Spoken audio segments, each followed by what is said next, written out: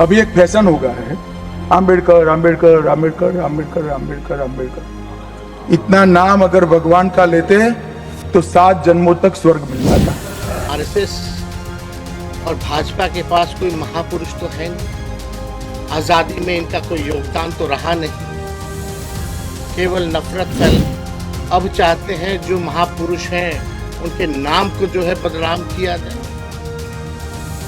तो इसका सर्दी का मौसम चल रहा है, लेकिन अगर सर्दी में भी गर्मी एहसास हो तो समझ लीजिए देश की राजनीति में सियासी पारा हाई है। कल राज्यसभा में भाजपा के चाणक्य और देश के गृह मंत्री अमित शाह ने कुछ ऐसा बोल दिया बाबा साहब पर, जिसके बाद से देश के सियासी हलकों में सियासी पारा हाई पर पहुंच गया और इस पर खूब सियासत हो रही है और उसकी लपटें अब बिहार में भी सुनाई दे रहा है। बिहार के प्रतिपक्ष नेता तेजस्वी यादव ने भाजपा, आरएसएस और गृह मंत्री अमित शाह पर कई सवाल खड़े किए और कह दिया कि पहले भाजपा और आरएसएस के लोग नेहरू को गाली देते थे और अब बाबा साहब पर अपशब्द कह रहे हैं। क्या कुछ बोल रहे हैं अमित शाह राज्यसभा में, जरा ये सुनिए। अभी एक फैशन हो गया है, आम्बेडकर आम्बेडकर आम्बेडकर आम्बेडकर आम्बेडकर आम्बेडकर। इतना नाम अगर भगवान का लेते तो 7 जन्मों तक स्वर्ग मिल जाता। अमित शाह राज्यसभा में क्या कुछ बोले ये आप वीडियो देख लिए, लेकिन इस पर अब तेजस्वी यादव बिहार में क्या सियासत कर रहे हैं। पहले तो कल आज सोशल मीडिया अकाउंट पर आए, फेसबुक पर आए और उन्होंने एक लंबी बात छेड़ दी, बहस छेड़ दी। नीतीश कुमार पर भी सवाल उन्होंने खड़े किए। तेजस्वी यादव क्या कुछ बोल रहे हैं, जरा सुन लीजिए। अमित शाह जी ने कल जो है बाबा साहब अंबेडकर को लेकर के जो राज्यसभा में, पार्लियामेंट में उन्होंने बोला, इसकी हम घोर निंदा करते हैं। पहले यही भाजपा के लोग, आरएसएस के लोग गांधी जी को गाली देते थे, कर्पूरी जी को गाली देते थे, अब नेहरू जी को गाली दे रहे हैं और अब अंबेडकर जी को गाली देने का काम कर रहे हैं।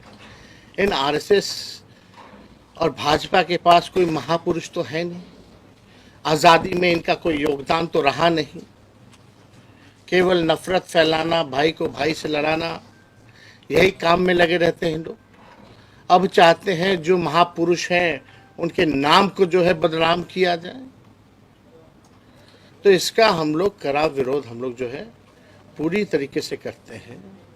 बाबा साहब अंबेडकर हम लोगों के फैशन भी है, पैशन भी है, मोटिवेशन भी है। बाबा साहब अंबेडकर तो किसी भी कीमत पर बाबा साहब अंबेडकर का हम लोग जो है अपमान जो है झेलने वाले नहीं है। और हम सब लोग मिलकर के जो है, कल भी हमने ट्वीट करके अपने बात को जो है सभी के सामने जो है हम लोगों ने रखा है। तो भाजपा के लोगों की मानसिकता ये दिखाती है। कल जब अमित शाह जब बोल रहे थे तो उनका बॉडी लैंग्वेज देखिए और भाषा देखिए कि किस प्रकार से बाबा साहब अंबेडकर को लेकर के उन्होंने वक्तव्य दिया। उन 17 सेकंड में ही बातें स्पष्ट हो जाती हैं कि इन लोगों की मानसिकता क्या है। हम लोग तो कई बार कहते रहे ये लोग संविधान विरोधी लोग हैं। ये पूरी तरीके से ये लोग बाबा साहब अंबेडकर का जो है नाम को बदनाम करना चाहते हैं। जैसे कि इन लोगों की कोशिश रही है पूर्व में, गांधी जी हों, कर्पूरी जी हों, नेहरू जी हों, इनको नाम को बदनाम करने की। तेजस्वी यादव को आप सुन लिए। तेजस्वी यादव जो है वो भाजपा, आरएसएस, गृह मंत्री पर सवाल खड़े कर रहे हैं। इसके साथ साथ इशारों में नीतीश कुमार को भी आड़ो हाथी लिया।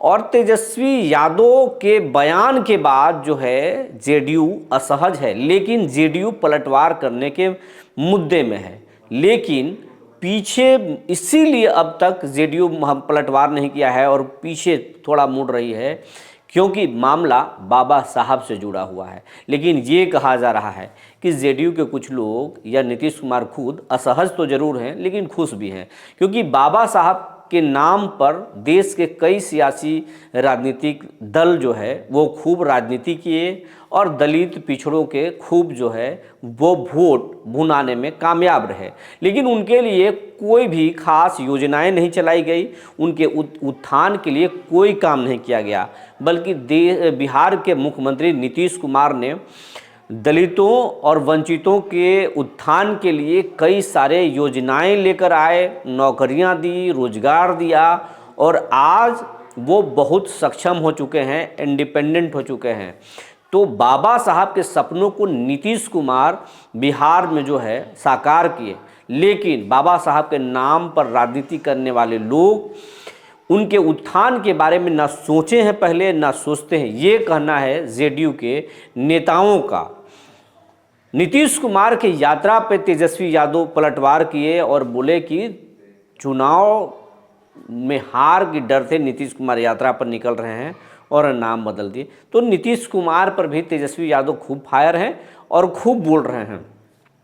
बिहार में बीपीएससी के मुद्दे पर भी तेजस्वी यादव गर्म हैं और कह रहे हैं कि बीपीएससी का पर्चा लीक हुआ है और बीपीएससी की पूरी परीक्षा को कैंसिल करना चाहिए, क्योंकि अब तो अभ्यर्थी जो है वो साक्ष्य एविडेंस भी लेकर आ रहे हैं। लेकिन फिलहाल इस मामले में कितना दम है ये कहना मुश्किल है। पुलिस और डीएम के रिपोर्ट के बाद जो है वो बीपीएससी आयोग ने इस मामले में एक परीक्षा केंद्र, बापू परीक्षा केंद्र के परीक्षा को रद्द किया है और साफ साफ यह कह दिया है कि पूरी परीक्षा कैंसिल नहीं होगी, क्योंकि पर्चा लीक होने का कोई सबूत नहीं मिल पाया है।